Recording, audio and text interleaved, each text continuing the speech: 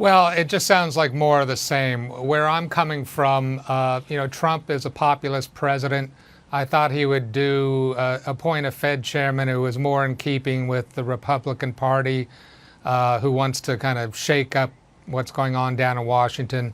And Powell is pretty much a carbon copy, kind of a middle of the road candidate to run the Federal Reserve.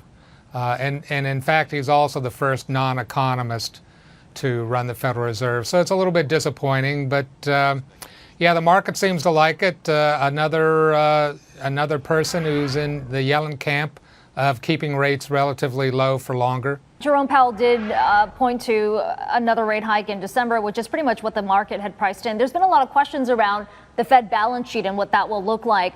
He says it could shrink to a range between $2.5 trillion and $3 trillion over the next few years. Is that pretty much in line with what you see as the state of play right now? Yeah, as far as the balance sheet, I mean, I'm not really a big believer in the balance sheet doing anything, although I admit we don't quite know. I mean, I'll just take what the Federal Reserve itself thinks. They can't model it very well, but maybe the $4 trillion balance sheet brought down 10-year Treasury yields by 40 basis points.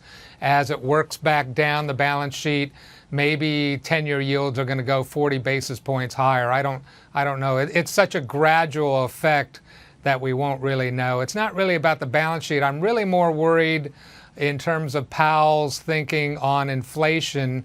He was questioned on inflation, and the idea here is if inflation doesn't pick up, some of those rate hikes they have penciled in for next year, 3 rate hikes in 2018 to 2.5%, maybe some of those to 2.25%.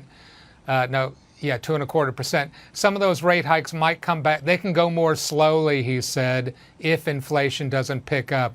And right now, inflation's only 1.3%, the way they measure it. I'm not so confident inflation's going to come back up if they insist on having that target and trying to target the Fed funds rate off of low inflation. I hope not.